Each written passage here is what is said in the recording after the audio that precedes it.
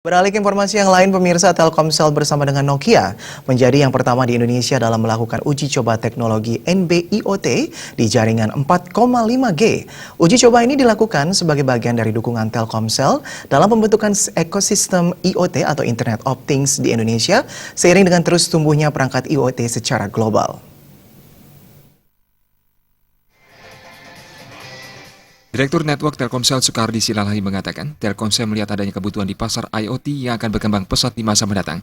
Di dunia IoT, jaringan dibutuhkan untuk mendukung miliaran mesin-mesin yang dioperasikan secara remote untuk merekam dan menerjemahkan data yang kemudian digunakan untuk berbagai industri seperti fleet management and tracking dalam bidang logistik, smart agriculture dalam bidang pertanian, kontrol mesin jarak jauh dalam industri manufaktur, dan aplikasi kehidupan lainnya seperti smart building, smart metering remote healthcare, traffic safety, and control pada kendaraan.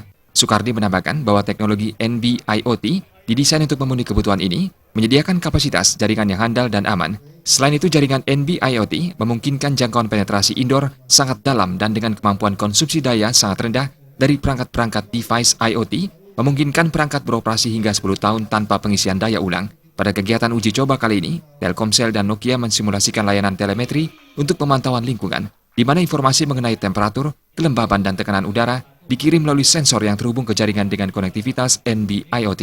Uji coba dilakukan menggunakan metode in-band frekuensi 200 kHz pada frekuensi 1800 MHz. Uji coba ini menunjukkan bagaimana NB-IoT dapat digunakan untuk menghubungkan jutaan sensor yang mendukung produktivitas bisnis, kualitas hidup, dan mampu mempercepat proses terwujudnya smart city di berbagai kota di Indonesia.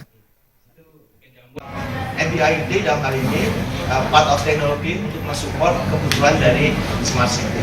Contoh yang dibahas di sini misalnya untuk sensor ketinggian air. Ini bisa dipakai juga untuk sensor ketinggian gelombang misalnya.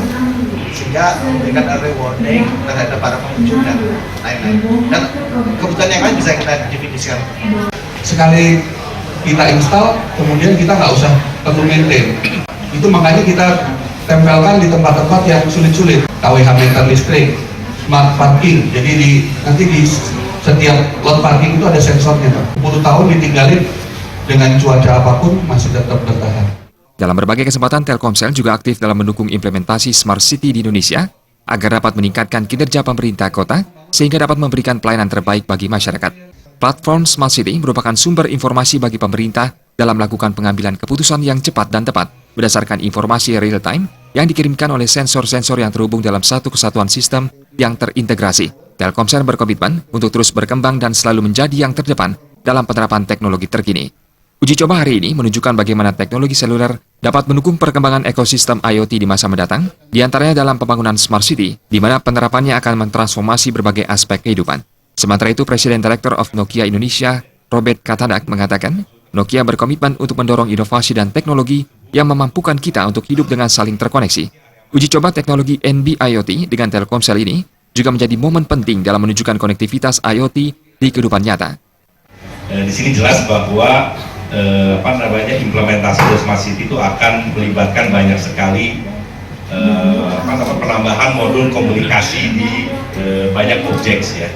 Dan ini tentunya akan faktor dari fleksibilitas deployment yaitu low power sehingga kita mungkin tidak perlu pasang solar panel ya, mungkin dengan baterai saja cukup. Suteja Bali TV.